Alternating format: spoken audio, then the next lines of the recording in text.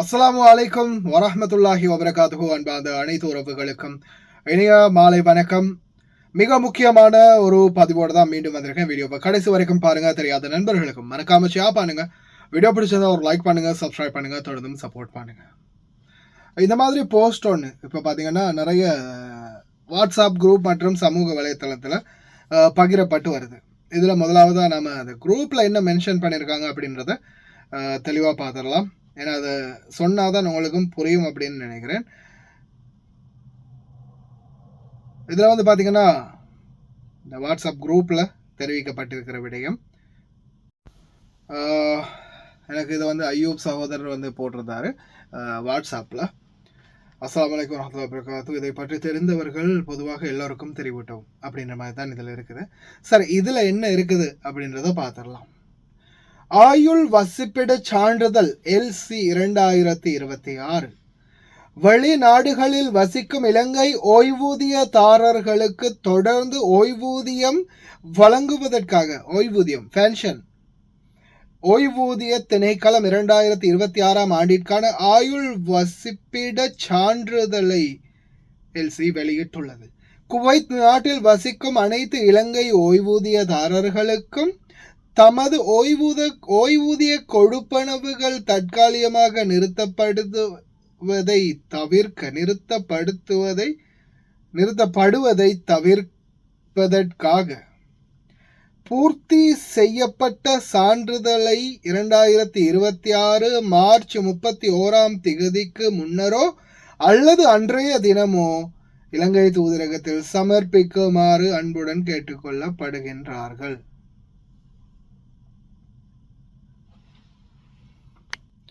இலங்கை தூதரகத்தினுடைய பேஜில் வந்து இதே தகவலையும் இதற்கான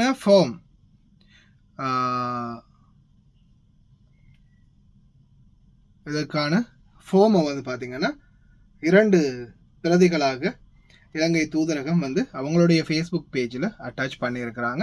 இந்த ஃபார்மை வந்து ஃபில்அப் பண்ணி எதிர்வரும் 31 மார்ச் 2026 முன்னதாக ஒப்படைக்கணும் அப்படின்றத தெரிவிச்சிருக்கிறாங்க. இதில் வந்து பேங்க் இன்ஃபர்மேஷன், பென்ஷன்ஸ் நம்பர், அதே மாதிரி ஃபாரின் ரெசிடென்ஷியல் அட்ரஸ், நேம். இப்போ இதில் வந்து குறிப்பாக பார்த்தீங்கன்னா விதவைகளானவங்க மெயினாக இதை சொல்லிக்கொள்கிற முதல்ல இந்த நாட்டில் இப்போ வெளிநாடுகளில் தங்கி இருக்கிறாங்க இல்லையா, இலங்கையை சேர்ந்த நாட்டில் பென்ஷன் எடுக்கக்கூடியவங்க, கவர்மெண்ட் பென்ஷன், கவர்மெண்ட் ஸ்டாஃபாக இருந்து ஒருவேளை கணவன் அரசாங்க உத்தியோகத்தராக இருந்து உயிரிழந்திருக்கலாம். அப்படி உயிரிழந்தவர்கள் கணவன் வந்து உயிரிழந்த பிறகு மனைவி வந்து பென்ஷன் எடுத்துக்கிட்டு இருந்தாங்க. ஏதோ அவங்களோட குடும்ப சூழலுக்காக வெளிநாட்டுக்கும் வந்திருக்கிறாங்க. ஆனால் பென்ஷன் காசும் வந்துக்கிட்டு இருந்துச்சு மாதம் அக்கௌண்ட்டுக்கு. ஆனால் அதை பற்றின மேலதிக டீட்டெயில்ஸ் மறுபடியும் அதை மீள் ஆய்வு செய்கிறாங்க. அந்த மீள் ஆய்வுக்காகத்தான் இந்த டீட்டெயில்ஸ் வந்து சப்மிட் பண்ண சொல்லியிருக்கிறாங்க. அதனால் இப்போ ஒருவேளை வெளிநாட்டில் மனைவி இருக்கிறீங்க, கணவன் இறந்துட்டாரு, அவருக்குரிய பென்ஷன் காசு வருது, மனைவி இறந்துட்டாங்க, அவங்களுடைய பென்ஷன் காசு கணவனுக்கு வருது, இந்த மாதிரியான சூழலில் நீங்கள் வெளிநாட்டில் இருக்கிறீங்க அப்படின்ற பட்சத்தில் நீங்கள் தான் இந்த ஃபார்மை வந்து நிரப்பணும். இந்த ஃபார்மை நிரப்பி எதிர்வரும் 2026 மார்ச் 31 முன்னாடி 3ஆம் மாதம் 31 முன்னாடி கொடுக்கணும். இதுதான் இதோடைய டீட்டெயில்ஸ். ஏன்னா இதை வந்து நிறைய பேர் நினச்சிக்கிட்டாங்க ஒருவேளை நம்மளுக்கு தான் ஓய்வூதியம் கிடைக்குதோ, வெளிநாடு வாழ் தொழிலாளர்களுக்கான ஓய்வூதியமோ அப்படின்ற மாதிரி நினச்சிக்கிட்டாங்க. அப்படி இல்லை. இது வந்து பார்த்திங்கன்னா இந்த மாதிரி அரசாங்க உத்தியோகத்தில் இருந்து உயிரிழந்தவங்க அல்லது பென்ஷன் எடுத்துக்கிட்டு இருக்கிறவங்க வெளிநாடுகளில் வசிக்கிற பட்சத்தில், அதுவும் குவைத் நாட்டில் இருக்கக்கூடியவங்களுக்கு குவைத் இலங்கை தூதரகத்தால் இந்த தகவலை வந்து வெளியிட்டு இருக்கிறாங்க. இலங்கை தூதரகத்துடைய ஸ்ரீலங்கா எம்பசி இன் குவைட் அப்படின்ற இந்த இருக்கிற பேஜை வந்து நீங்கள் இன்னும் ஃபாலோ பண்ணலாண்டா இதை கட்டாயம் ஃபாலோ பண்ணிக்கோங்க. நான் டிஸ்கிரிப்ஷன்லேயும் அட்டாச் பண்ணுறேன்.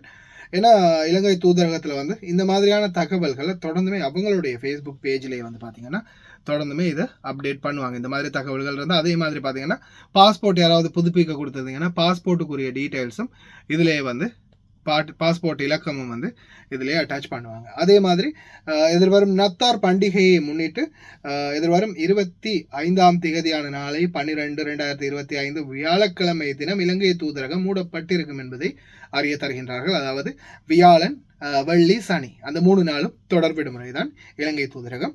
எதிர்வரும் ஞாயிற்றுக்கிழமையிலிருந்து நீங்கள் இலங்கை தூதரகத்துக்குடைய எந்த ஒரு வேலையாக இருந்தாலும் போய் தாராளமாக அவங்களுடைய சேவைகளை பெற்றுக்கொள்ளலாம்.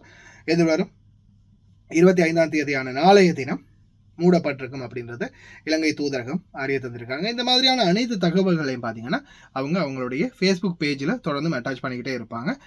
ஒருவேளை நம்மளுடைய நியூஸ்களில் மிஸ் பண்ணினாலும் அவங்களுடைய ஃபேஸ்புக் பேஜை ஃபாலோ பண்ணுற பட்சத்தில் அனைத்து விதமான தகவல்களையும் அவங்களால அறிந்து கொள்ள முடியும். மறக்காமல் Sri Lankan embassy in Kuwait Facebook பேஜையும் ஃபாலோ பண்ணி வச்சுக்கோங்க.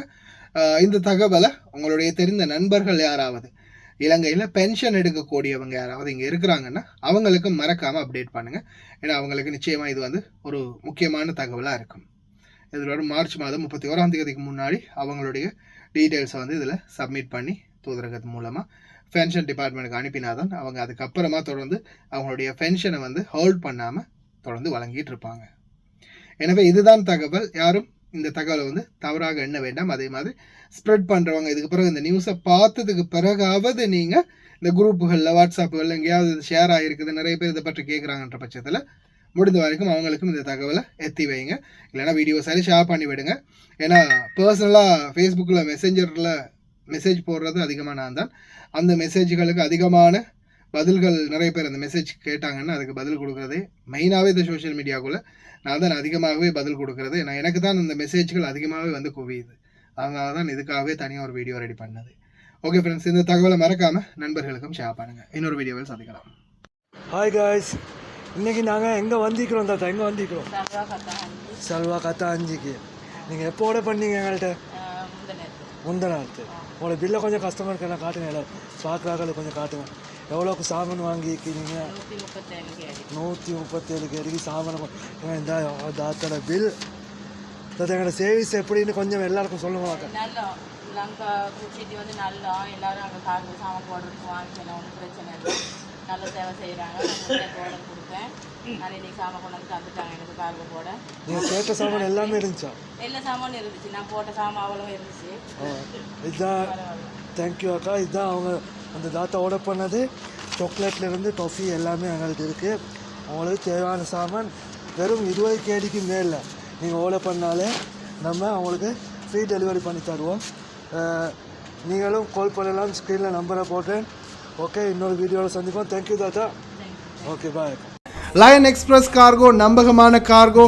இதோ நீங்களும் தொடர்பு கொண்டு உங்களுடைய கார்கோ பொருட்களை அனுப்பலாம். 90 93 61 67 தொடர்புக்கான இலக்கம் 66 16 84 14. இன்னும் ஒரு இலக்கம் 55 17 27 47. அதே போல் இன்னும் ஒரு இலக்கம் 50 53 79 39. இன்னும் ஒரு இலக்கம் 99 69 84 94.